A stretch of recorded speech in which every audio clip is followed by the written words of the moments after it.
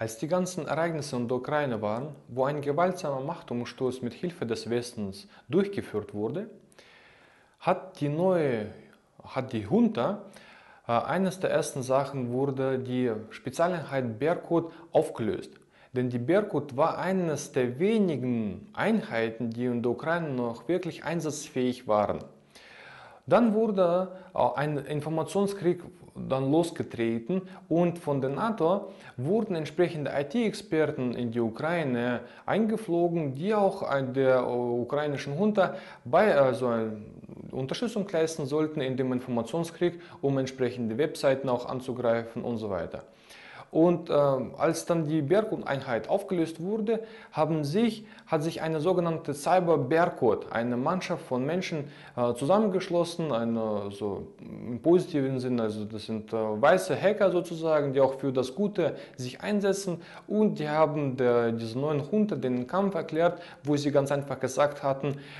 dass die auch in diesem Informationskrieg ihren Beitrag jetzt leisten werden, und zwar die Wahrheit ans Tageslicht zu bringen. Zum Beispiel die ganze Post, die zwischen den Ministern gesendet wurde, unter anderem auch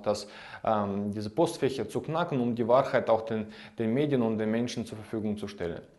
Und wie gesagt, als die NATO-Soldaten, die Truppen, die von Estland nach Ukraine eingeflogen wurden, die dann eingesetzt wurden im IT-Bereich, hat die Cyber Berkut aus Protest 3 Webseiten der NATO lahmgelegt. Und man meint ja, dass die NATO als Militärbündnis so sicher ist, dass bei denen alles so gut läuft und so funktioniert, und die IT-Sicherheit müsste ja auch auf dem hohen Level sein, wenn die selbst ja auch die ganzen Informationskriege unter anderem durchführen und Militäroperationen. Und wir haben aber das Gegenteil gesehen, dass die Cyber Berkut, also diese Mannschaft der Menschen, die ihren Beitrag leisten wollen, und aus Protest, dass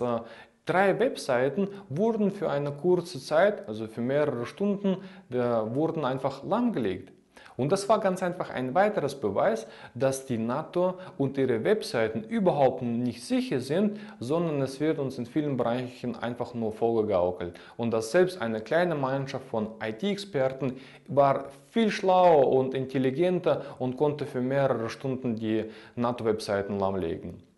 Falls du mehr darüber nachlesen und die ganzen Beweise sehen möchtest, unter dem Video findest du einen Link zu dem entsprechenden Artikel, wo du mehr darüber für sich nachlesen kannst und auch selbst sehen wirst, dass die NATO-Experten oder die NATO-Vertreter, die Pressesprecher auch in diesen